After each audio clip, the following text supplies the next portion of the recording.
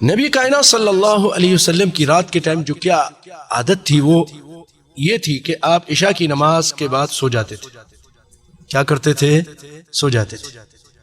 آج تو درس ہے نا، اسی لیے ذرا اجازت ہے، اس تعلیم کے لیے اجازت ہے، لیکن بھائیو ہمیں کوشش کرنی چاہیے کہ رات کو کھانا کھا کے جلدی سو جائے. نبی صلی اللہ علیہ وسلم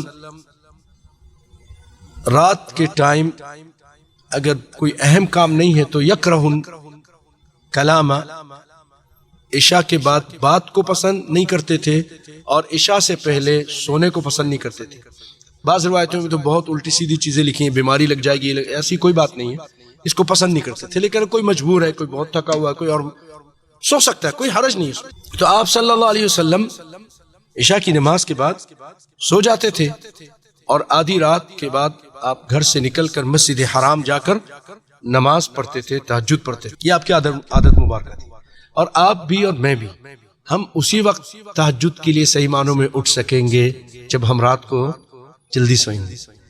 آج ہم سوتے ہیں 1 بجے 12 بجے، ہے نا؟ کوئی غلط بول رہا ہوں؟ پوری فیملی جو ہے نا، مجھے پتہ چل جاتا ہے، رابطوں سے پتہ چل جاتا ہے، ابھی تک اٹھے نہیں، فون ہی نہیں اٹھا رہے. کیا بات ہے؟ دیکھیں اللہ رحم فرمائے.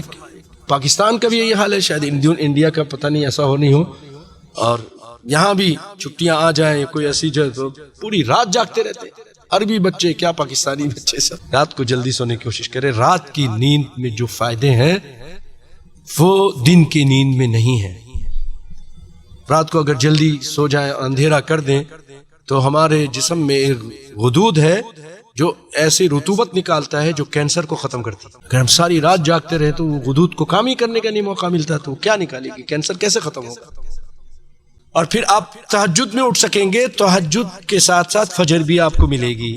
لیکن آج کیا ہو رہا ہے کہ جب اتنی دیر سے 2 بجے جا کے سو رہے ہیں، 2:30 بجے سو رہے ہیں، تو پھر کیسے اٹھا جائے گا؟ تو ہوش ہی نہیں رہتی. اٹھ جاؤ، بس پھر سو گیا، بیٹھا دو پھر سو جاتا ہے، کو پتہ ہی نہیں ہے. اللہ رحم فرمائے. نہیں کرو ایسا. آپ صلی اللہ علیہ وسلم اٹھ کے تہجد کی نماز پڑھتے تھے.